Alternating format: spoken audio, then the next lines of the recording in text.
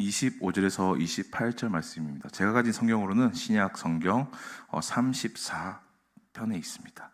우리 다 찾으신 줄 알고 우리 다 같이 한 목소리로 함께 합독하시겠습니다. 예수께서 제 아들을 불러다가 이르시되 이방인의 집권자들이 그들을 임의로 주관하고 그 고관들이 그들에게 권세를 부리는 줄을 너희가 알거니와 너희 중에는 그렇지 않아야 하나니 너희 중에 누구든지 크고자 하는 자는 너희를 섬기는 자가 되고 너희 중에 누구든지 으뜸이 되고자 하는 자는 너희의 종이 되어야 하리라.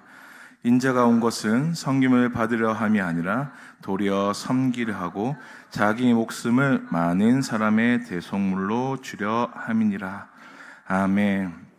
할렐루야. 네, 사랑하는 성도 여러분, 오늘이 무슨 날입니까? 네, 오늘은 무슨 날입니까? 네, 아닙니다. 오늘은 저의 올해 마지막 본당 설교하는 날입니다. 네, 농담이고요. 네, 오늘은 오전 예배에서도 나왔듯이 바로 대림절의 첫째 주일입니다. 이 대림절은 우리 주보 뒷에도 잘 나와 있듯이 오다 혹은 다가옴을 뜻하는 라틴어 어드벤투스에서 온 말로 우리 주 예수 그리스도의 오심을 기다리고 준비하는 거룩한 절기를 뜻합니다. 이 교회력에서 대림절은요, 교회의 새로운 한 해의 시작이며 성탄절의 전 4주간을 의미합니다. 특별히 첫째 주는 소망 또는 희망의 주간으로 우리에게 소망이 되어 오신 그리스도를 묵상하며 기념하는 시간입니다. 오늘 우리가 함께 나눌 말씀은요, 앞서 우리가 함께 읽었던 마태복음 20장 25절에서 28절의 말씀인데요. 이 말씀이 주어진 배경을 우리가 함께 먼저 살펴보면 예수님의 제자인 야고보와 요한의 어머니가 예수님께 와서 자기 아들들을 예수님의 좌편과 우편에 앉게 해달라고 요청한 직후의 말씀입니다. 즉 청탁을 통해서 예수님의 앞으로 장차 세우실 나라의 높은 자리를 요구한 것이었습니다. 이것은 당시 제자들이 가지고 있던 하늘나라, 즉 메시아 왕국에 대한 잘못된 이해를 보여줍니다. 우리가 역사적으로 알고 있는 이 세상의 왕들을 한번 생각해 보실까요?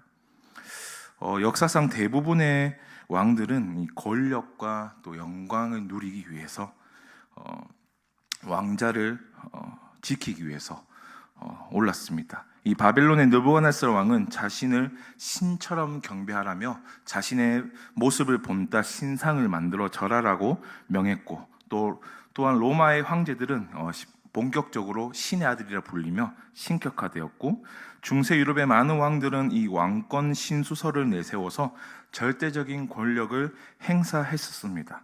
또한 이것은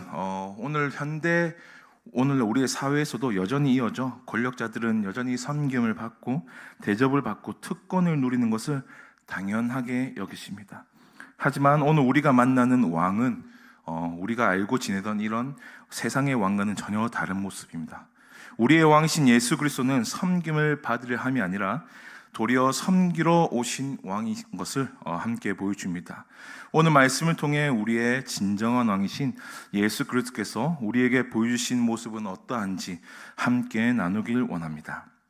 먼저 첫 번째로 예수 그리스도는 섬김을 받기 위해서가 아니라 섬기기 위해 오신 왕이십니다. 오늘 본문 25절에서 26절에서 예수님은 세상의 권력 구조와는 하나님의 나라와 권력 구조가 완전히 다름을 보여줍니다. 이방인의 집권자들이 그들의 임의로 주관하고 그 고관들이 그들에게 권세를 부리는 줄을 너희가 알거니와 너희 중에서는 그렇지 않아야 하나니라고 말하고 있습니다.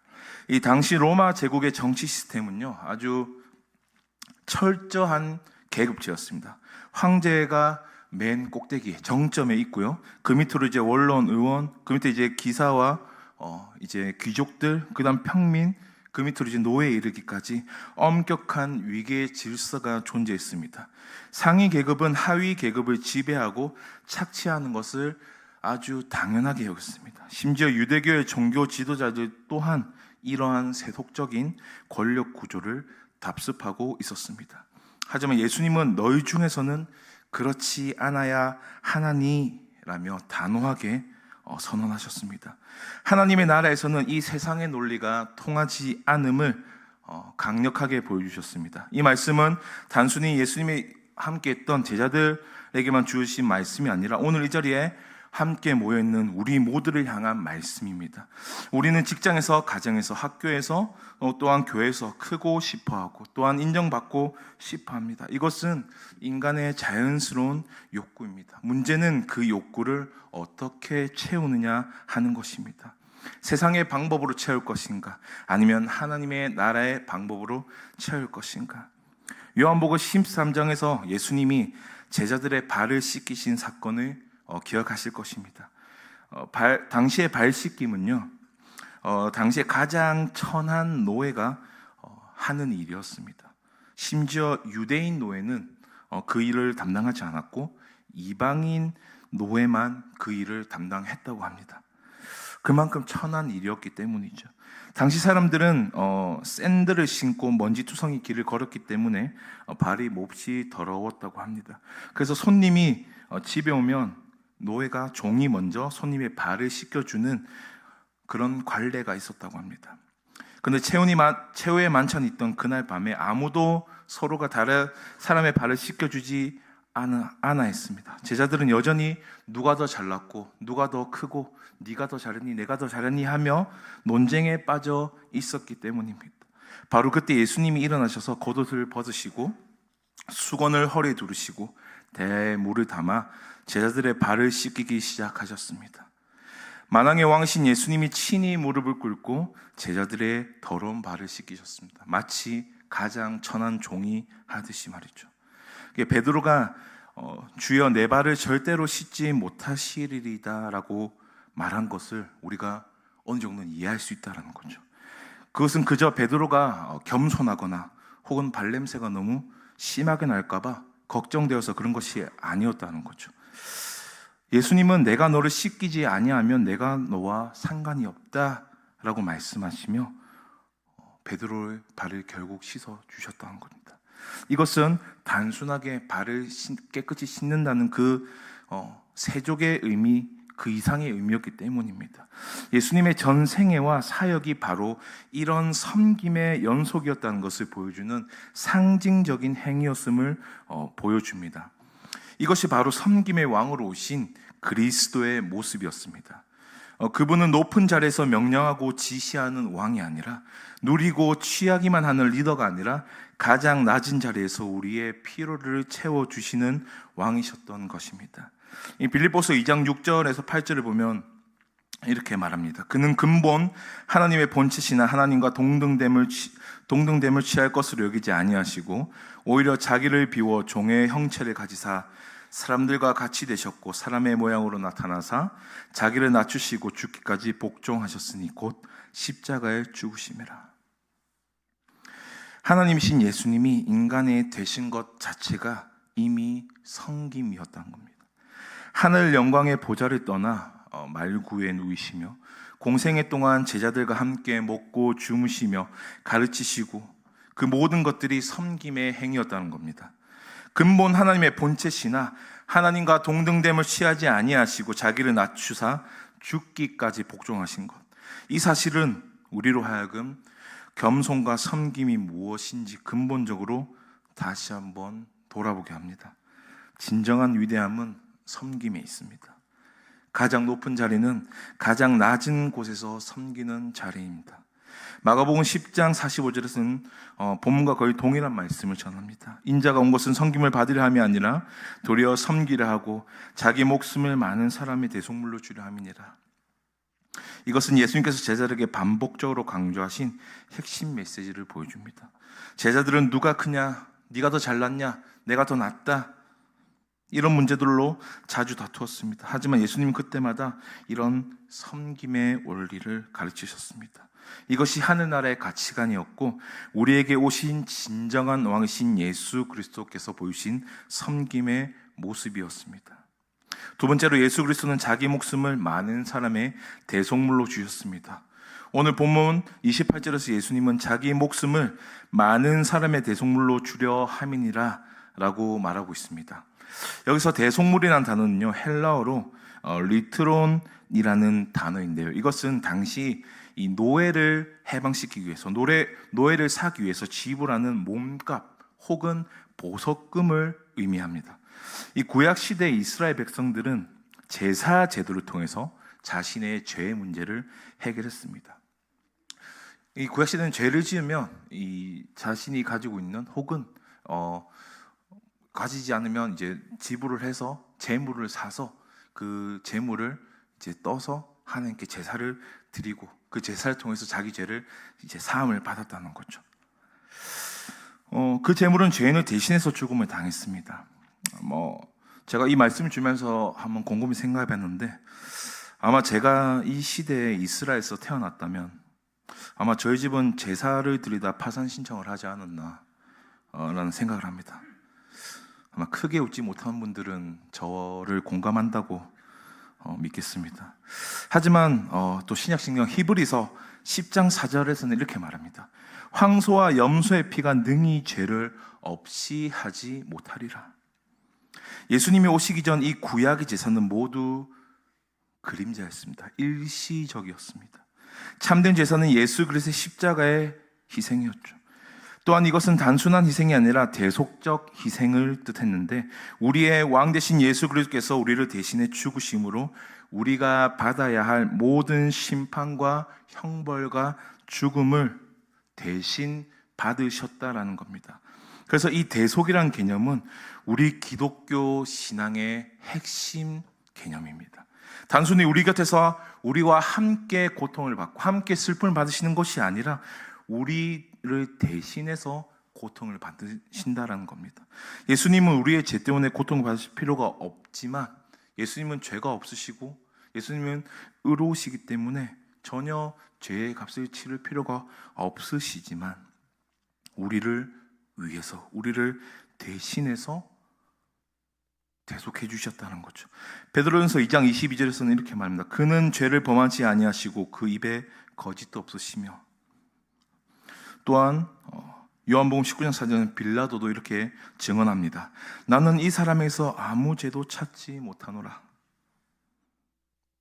결국 십자가에서 예수님은 나의 하나님, 나의 하나님, 어찌하여 나를 버리셨나이까 라며 부르짖으면서 십자가에서 죽음을 당하셨습니다. 피와 물을 모두 쏟아내는 고통을 겪으시면서 서서히 말라 죽어 가셨습니다. 억울하게 누명을 쓰고 고문을 당하고 손가락질 당하며 배신당하고 세상 모든 치욕과 수모를 당하셨습니다.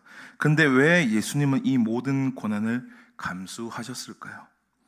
그것은 바로 우리를 사랑하셨기 때문입니다.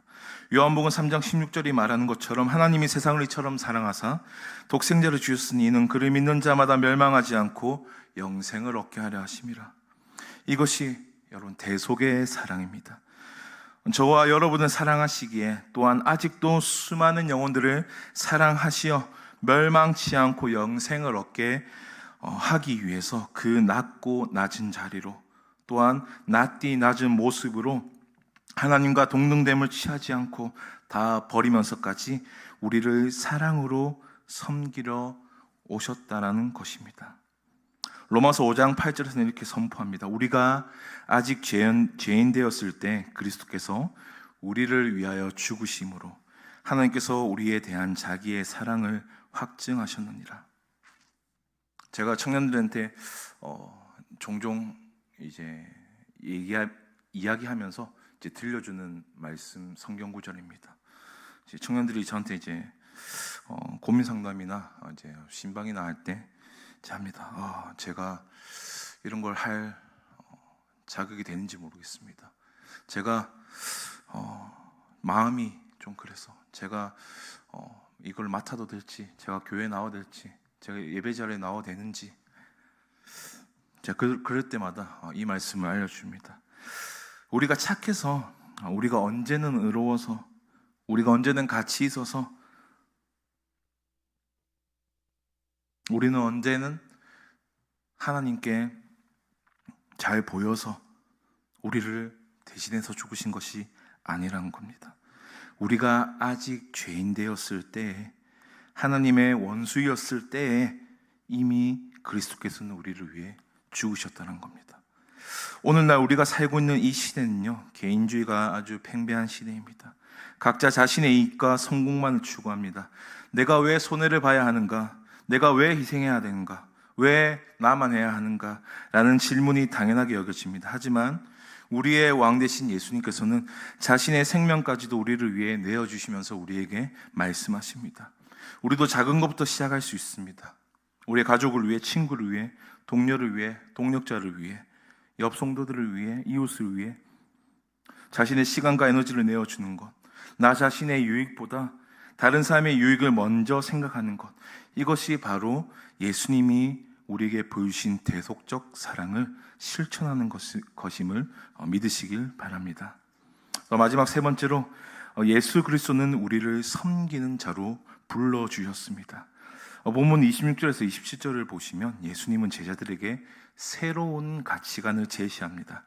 너희 중에 누구든지 크고자 하는 자들은 너희를 섬기는 자가 되고, 너희 중에 누구든지 으뜸이 되고자 하는 자는 너희의 종이 되어야 하리라.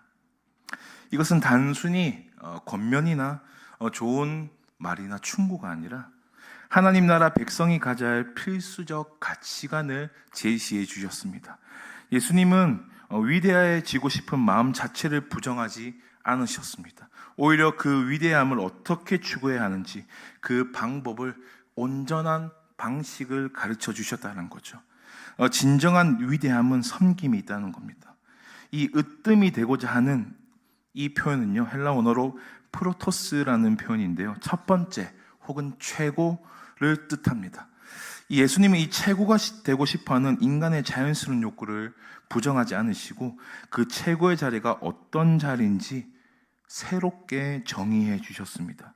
이 최고의 자리는 모든 사람의 종이 되는 자리라는 겁니다. 예수님의 이 가르침은 당시로는 말도 안 되는 것이었죠. 앞서 살펴보았듯이 제자들은 여전히 세속적인 권력에 대한 환상을 가지고 있었습니다. 예수님의 12 제자라는 자들이 예수님의 좌편과 우편에 우리를 한 자리씩 꽂아달라고 청탁을 할 만큼, 하지만 예수님은 그들에게 전혀 다른 비전을 제시하셨습니다. 하나님 나라에서 성공은, 으뜸이 되는 방법은 얼마나 많은 사람을 섬겼는가로 측정된다는 것입니다. 이것은 오늘날 우리에게도 동일하게 적용된다는 것이죠.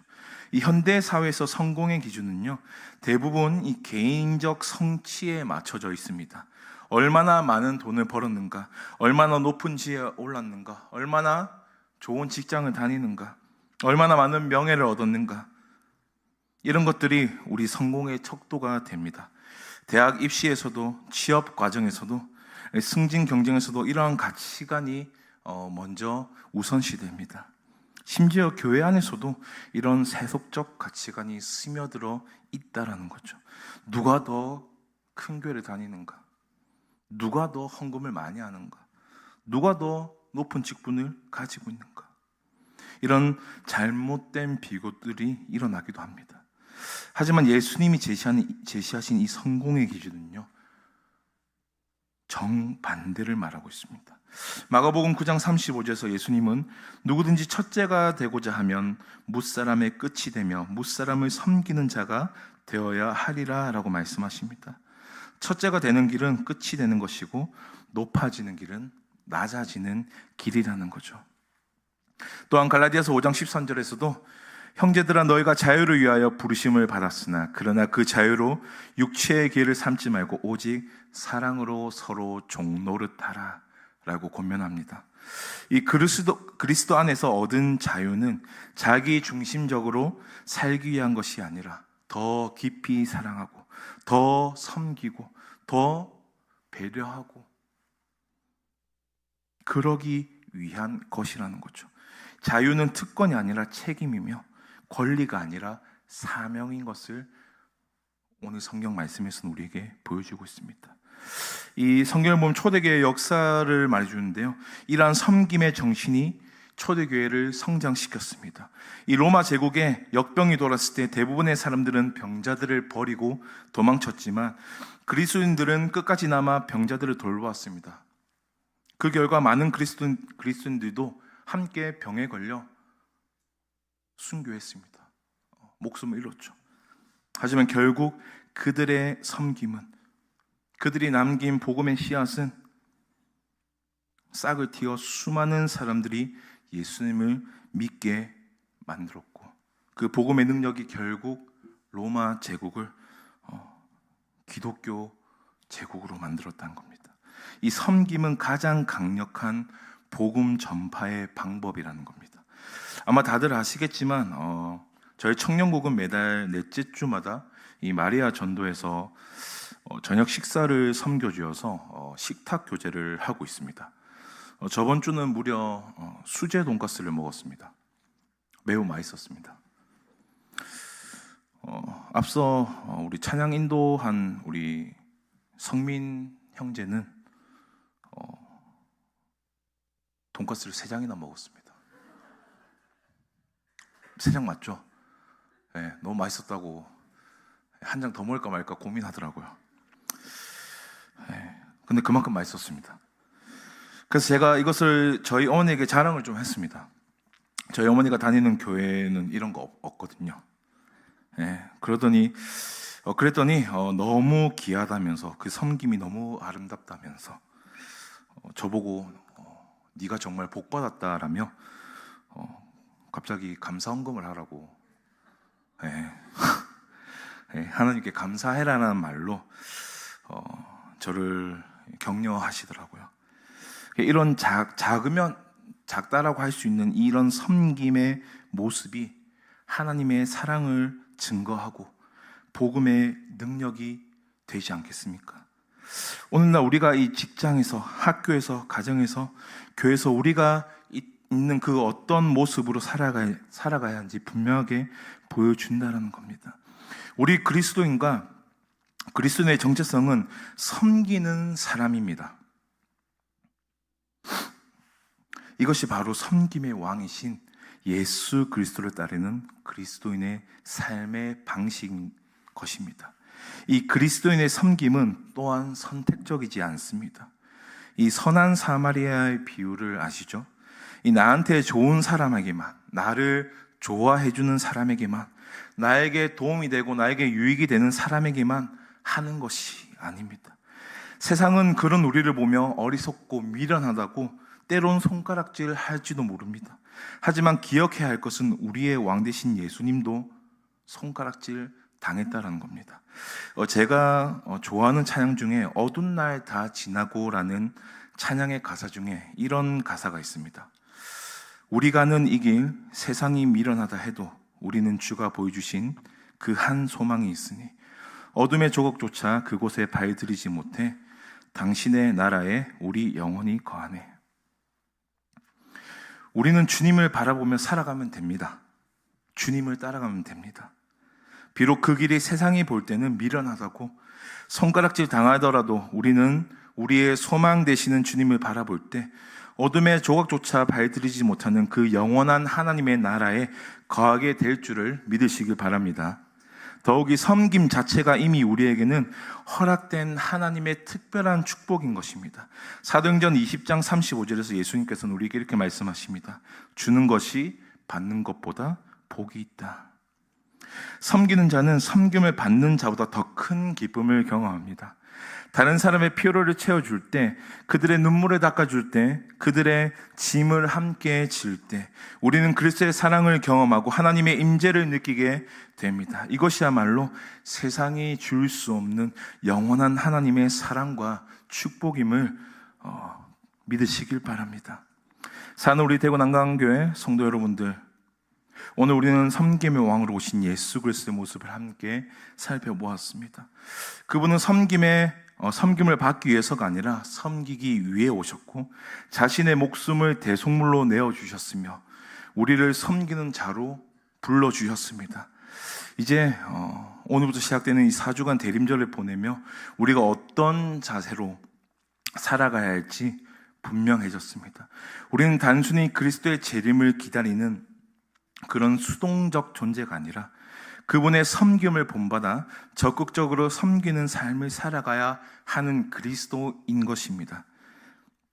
특히 사랑하는 우리 청년들에게 이 자리를 비롯해 말씀드리고 싶습니다. 우리 청년 여러분들이 꿈꾸는 이 성공과 출세가 세상적인 기준에만 맞춰져 있지 않는지 우리 다시 한번 돌아보시기 바랍니다. 하나님이 여러분들에게 주신 달란트와 능력은 자기 자신만을 위한 것이 아니라 하나님이 여러분들이 주신 또한 그 이웃과 영혼들과 공동체를 위한 것임을 기억하시기 바랍니다. 취업을 준비하고 승진을 꿈꾸고 성공을 추구하는 것이 잘못은 아니지만 문제는 그것이 어떤 목적을 가지고 있냐라는 겁니다.